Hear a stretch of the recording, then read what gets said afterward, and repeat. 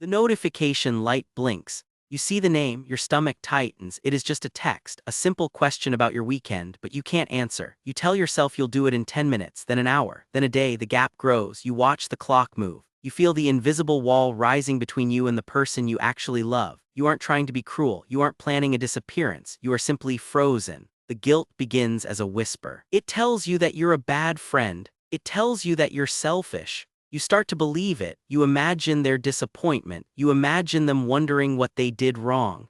The silence becomes a mountain. You want to climb it. You just can't find the first step. You didn't know there was a scientific reason for this. You're about to understand exactly why your mind does this to you. Now the guilt shifts. It becomes a heavy, suffocating blanket. You open the chat, you type a response, then you delete it. It doesn't feel enough. You feel you owe them an apology for the silence, but the apology feels too heavy, so you close the app. You scroll through other things, you clean your room, you do everything except reply. Every hour that passes adds a new layer of shame.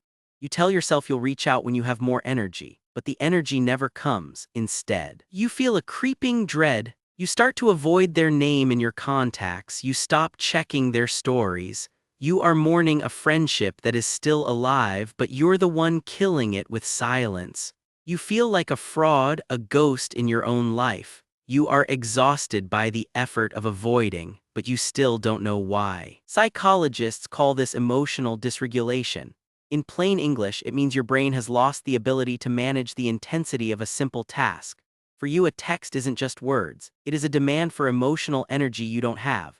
The consequence is a total system crash. It is like a circuit breaker tripping during a power surge. When the emotional load gets too high, your brain flips the switch to protect you. Everything goes dark. This is not laziness. This is not a lack of care. This is a biological response to overwhelm. Your mind isn't trying to hurt your friend. It is trying to keep you from collapsing under the weight of your own expectations.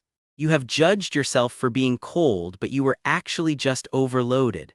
This is the first layer of the lock, but this mechanism goes much deeper than a simple crash. Here is what no one told you. You think your silence is an act of aggression. You believe you are the villain in this story. But look closer at your intention. You aren't ghosting because you don't care. You are ghosting because you care too much. You care so much about giving the perfect response that the pressure becomes paralyzing. You think you are protecting your friend from your mess. You believe that by staying silent, you are avoiding bringing your exhaustion into their life. You framed your avoidance as a form of misguided kindness. You've convinced yourself that the void is safer than a flawed version of you. This realization is a breath of air. It changes the narrative. You aren't a monster. You are a person trapped in a safety loop. And this is where the real secret of your silence lies. This is where we find the freeze response. In polyvagal theory, this is a primitive survival mechanism. When your nervous system perceives a threat it cannot fight or flee, it simply freezes. Your brain doesn't distinguish between a predator and a demanding social obligation. To your amygdala, that unread message is a saber-toothed tiger. The emotional consequence is a literal inability to move. You feel a mental fog. The words vanish. You are staring at the screen. But the bridge between your heart and your fingers is broken. This is why you can't just force yourself to reply. You are trying to use logic to fix a biological shutdown. The behavior you hate most about yourself is actually the most logical response to a system that feels unsafe. You aren't broken. You are protected. But knowing this is only the beginning of the way out. Theo is a graphic designer who vanished from his best friend's life for 6 months. He carried a private dread that he was fundamentally broken. He wanted to reply, but the shame of the delay felt like a physical wall. Then his friend sent a short voice note. It said, "I don't need a reply, I just hope you're okay."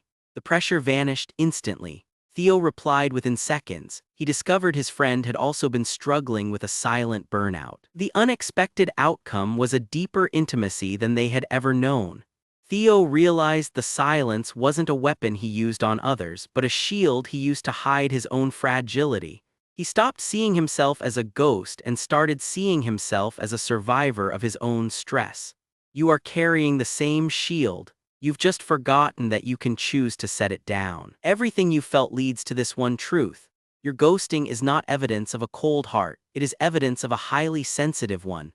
The fact that you feel this much shame proves how deeply you value connection. A truly rude person wouldn't be lying awake at 3 a.m. worrying about a text. You are not a bad friend. You are a person with an overactive protection system.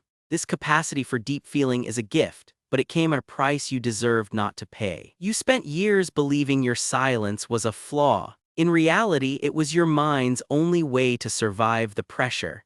You have been fighting your own biology. It is time to stop. You have permission to be imperfect. You have permission to return, not because you've fixed yourself, but because you've finally understood yourself. Now you can learn to put the shield down. This isn't about willpower. It's about re-educating a system that learned the wrong lesson.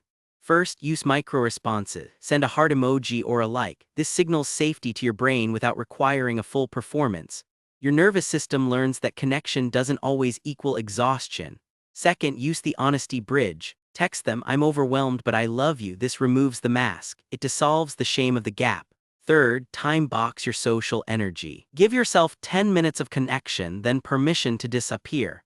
This prevents the circuit breaker from tripping. You aren't disciplining a failing self. You are teaching your body that safety has expanded. You are returning to the connection you were always entitled to. You are showing your brain that it no longer needs to freeze to keep you safe. And once you do, the weight finally lifts. You've spent a long time feeling alone in your silence, but you aren't. You are part of a large group of people whose minds simply protect them a little too much. If this video helped you breathe a little easier, hit subscribe. Join a community that understands the real mechanisms of human behavior, not just the surface-level symptoms. We don't do quick fixes here. We do deep understanding.